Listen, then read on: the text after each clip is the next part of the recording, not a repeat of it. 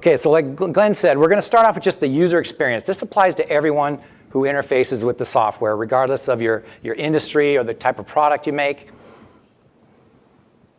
And so the first thing you're going to notice when you're going to launch the software this year in 2018, and you're going to have the chance to log into My SolidWorks. So it integrates your My SolidWorks account right here in one interface. What that's going to do, again, is give you your, you can synchronize your device settings, so you get your custom preferences, settings, menu, and interface customizations. Think of it like using Google Chrome. You can, it works great, but if you sign in, then you get all you can travel with all your bookmarks and everything like that. It's going to be like that for SolidWorks now, too. Customer portal access, too, to give you a place where you can go and manage all of your assets. This is going to be called the new SolidWorks Admin Portal. It's coming soon. Most companies have more than one SolidWorks product or service, and they need to be managed and make sure they're associated with the right people who need them to get their tasks done. This is the place to do it. You can see how your licenses are being used, whether it's network, standalone, perpetual, term licensing. You can see which licenses have been activated. You can see which ones are expiring. Again, it's just kind of one place to go to manage all those assets. And speaking of licensing, also coming soon, is going to be new online licensing. So here's a scenario. Think about this. I'm on the go. I need to shut down my computer. I got some work done, but I need to go to another location off-site. I need to go home. Still want to get some more work done, but I didn't deactivate my machine before I left. I'm kind of stuck. So now if I switch to online licensing, instead of the license being locked to a machine ID, it's going to be locked to me and my login credentials. So I can now change hardware as often as I want without having to worry and about deactivating and activating. There's also going to be an offline mode too if you're, if you don't have internet access. Again, if you're traveling or something like that. So speaking of interfacing with the software, there's a new touch mode, and that's because in the last couple of years we've seen some great hardware hitting the market. Very powerful tablet devices that can run digital content creation software like SolidWorks. Touch-enabled screens on there, very portable. And it's just basically a mode now because people want to take advantage of this. It's a very natural way to work and manipulate your model. And so SolidWorks just wants to give you that flexibility to do that. It's just a mode you're going to turn on in the interface, and it immediately reconfigures the interface for you. Gives you special toolbars that are specific to the touch mode. It does. There's a new magnifying tool. It's a revamped from the standard magnifying glass you may be used to with the G key right now. A little bit easier to manipulate with your fingers.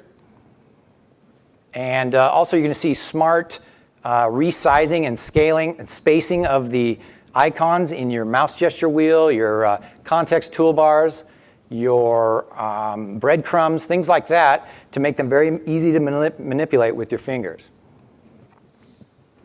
Okay, and then taking that even further, being able to edit my designs, manipulate my design, and be productive that way. What about creating new geometry or new concepts? So with Windows 10, there is a new touch sketching that you can do also with your finger, with a pen, with a stylus. And it's going to allow you to capture those designs. Let's take a look at how it will work. Imagine I'm stuck in the shop, in an airport, or preferably at the beach. All I have is my tablet. I don't have a keyboard or a mouse, but I just had a bolt of inspiration. I'm in charge of this drain pan for this acrylic sink that we're going to be making. It needs to be aesthetic. I just had a great idea for a shape. With my touch device, no problem. I just use the specific commands for that.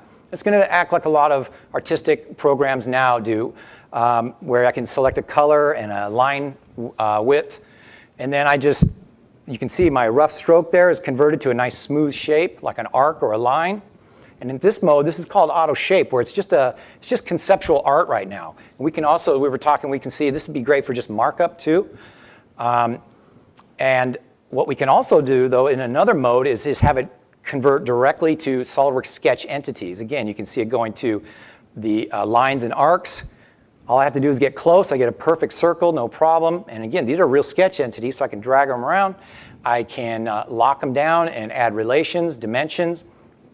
If I decide after the fact, that conceptual art's pretty good, maybe I want to make something with it. So I can then convert it after the fact from artwork to an actual sketch entity. And you can see with the shaded contours, I got a nice closed profile, and I can do whatever I want to it, just like a regular sketch. Round off the corners with the sketch fillet, drag it around, get it looking pretty good, add some dimensions maybe, and then I want to mirror it across the center line of the sink.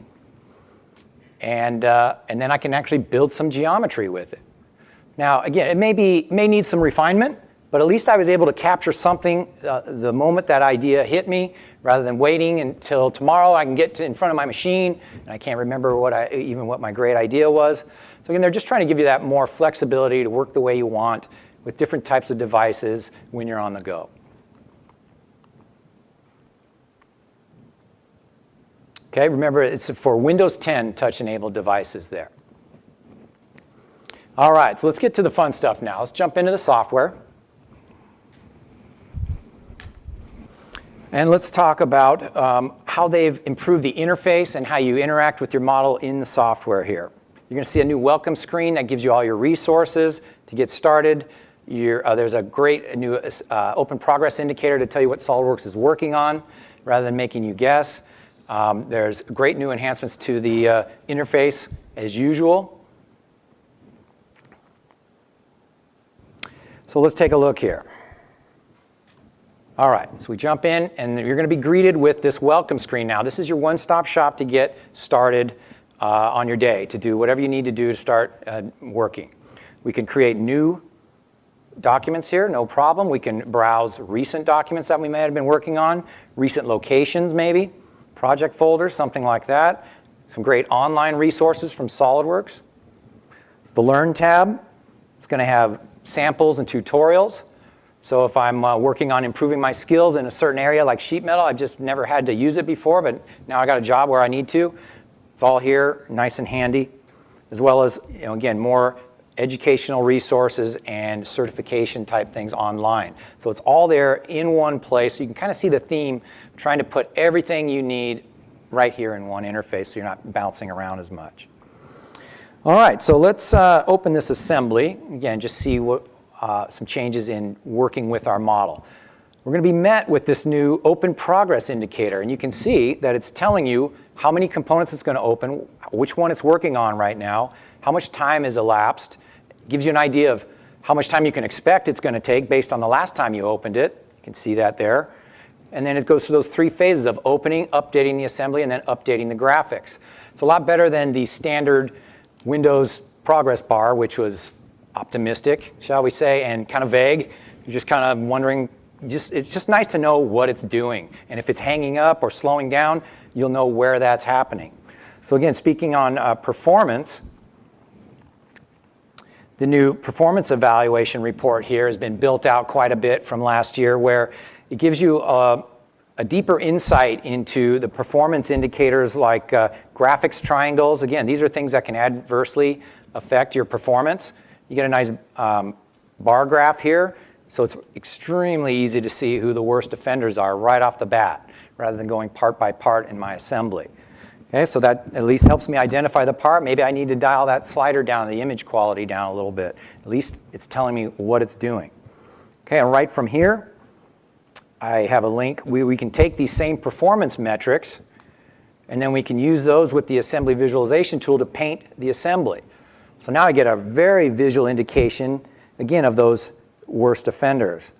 I can use this, the needle here to kind of set a range where I'm looking for, and then it jumps right at you. The red parts, these are the ones that have the highest image quality and may be the culprits in slowing things down on your assembly. So here's an example, like this outlet here. Okay, at this level of the assembly, it's kind of this top level of view here. Do I really need every trace and electrical connector and wire and fastener and every bit of detail in here? Probably not this level. Again, it's up to you, but at least I know. And again, that red is telling me this is this one's affecting performance. And that reminds me, I set up a configuration that had a lot less detail to be used at this level. Okay, and as soon as I change it to that, it's got a lot less detail. It turns blue, which is telling me it's not asking nearly as much for my hardware as it was before. So again, it's just a nice, easy way to see what's affecting performance in your assembly. Okay, so now another one thing they've added, every year they're always trying to remove steps, remove clicks from what you need to do. At the top level here, we have a transparency setting.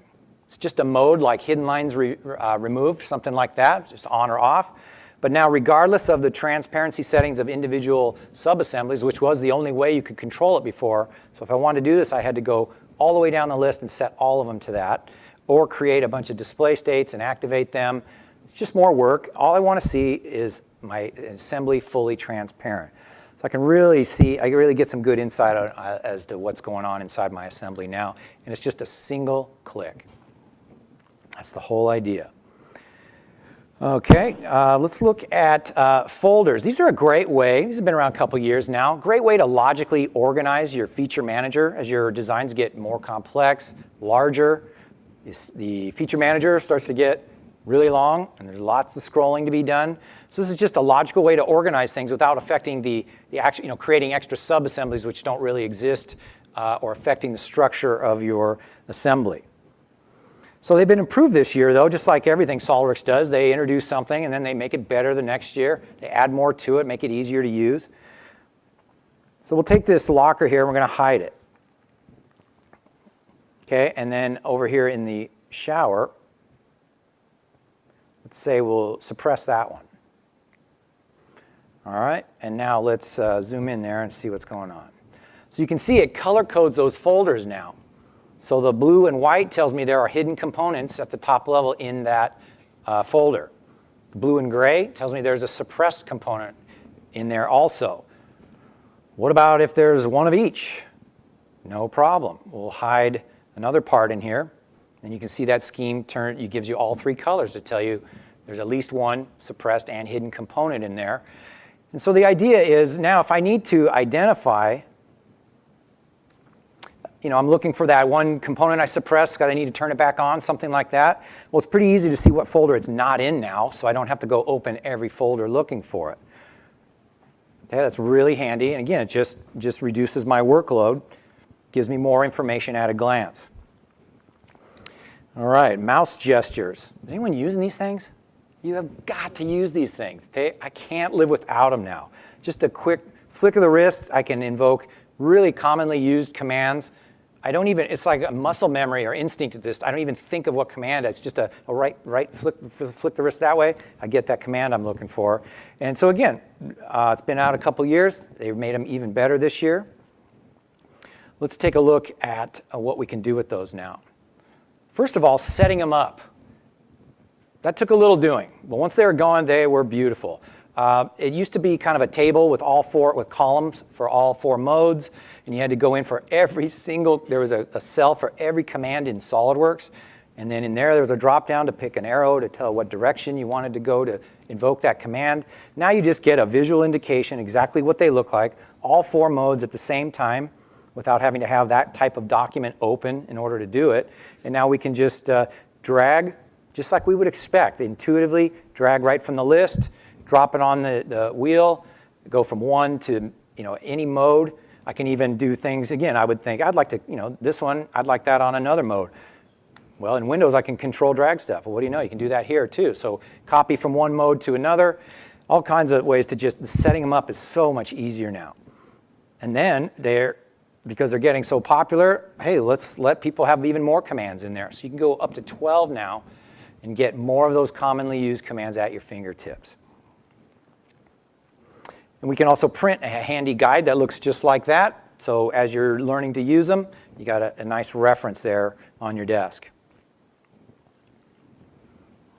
All right, and so the last one here in the user interface department, it has to do with how we interact with our model. It's selecting geometry. Let's say I need to zoom in to a certain level here because I need to see a level of detail. Now I need to select some components in order to work on them.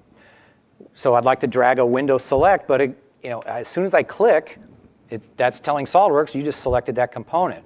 So what I used to have to do is then, once I got to the view I wanted, now I had to zoom out so I can get a little open space somewhere, start my window select the components, and then zoom back to where I wanted to be in the first place. So there's a new mode this year to help you do that. It's called Select Over Geometry. All right, it's just, again, on-off switch. It's just a mode. Now, right on top of geometry, I can drag my box, make selections, even use Control Select here, get everything I need, and act on it. Okay, so just helping you reduce steps and your everyday interaction with your model here. All right, so now, fun part for me. Let's get down to work, do some design tasks here. My job here is to work on this spare tire carrier under the chassis, and I'm working on a support bar that I can't even see right now. Uh-oh, issues. All right, let's open it up and see what happened here. All right, so I've got a 3D sketch. Oh, I think I can see the problem without having to ask SolidWorks. You see this arc here? That's a pretty tight corner for a sweep to go around, right? I don't think that's going to fly. So depending on how complex your sketch is, again, 3D sketches in general, fairly more complex, lots of degrees of freedom. Sometimes when SolidWorks solves the sketch, if it's pretty close to both solutions, it may reverse the tangency condition on arcs and splines. And the problem was previously you'd have to, best case, you'd have to probably get rid of a couple constraints, reverse the arc, put the constraints back on. Worst case, maybe delete the arc and then redraw it, which then could cause me problems downstream with referenced features that are referencing that arc. So now it is as simple as right-clicking and reversing the tangency direction. Great tool. And again, it works with splines too, and that will reverse only one end at a time, where an arc, it'll do both. Okay, so now I'm about to do something. This is half of my sketch, and I'm about to do something we couldn't do before. And that is, I'm going to mirror a 3D sketch around a plane. Just like that. That saves me a lot of steps, because I would have had to draw the whole complete sketch before and then add all those symmetric relations across the plane to make sure it stayed that way. Now, just like any mirror function in SolidWorks, it's going to maintain that design intent and just help me do it a lot faster. And we'll rebuild it. There's my part. All right, looking good so far. So let's do a real quick recap. Okay, so again, the user experience, welcome screen, everything you need right there to get started with your day. The folders, the color coding to tell you without digging around in there what's in there or what's not in there. Top level transparency, one click, whole assembly transparent. Mouse gestures, again, something that's great. They made it even better, more powerful, and more easy to use. And selecting over geometry, just reducing steps for when you want to do things with your model. I did want to point out also that the open time on the progress bar, that's also kind of like a meta property now in Windows Explorer. If you just ask for that column in Explorer, it'll tell you the last open time, even in the tooltips now too. So that's pretty interesting. Again, just giving you more info so you can kind of see what you can expect when you open a model. All right, in sketching, I mean, that's where everything starts, right? Those are the building blocks of our 3D geometry.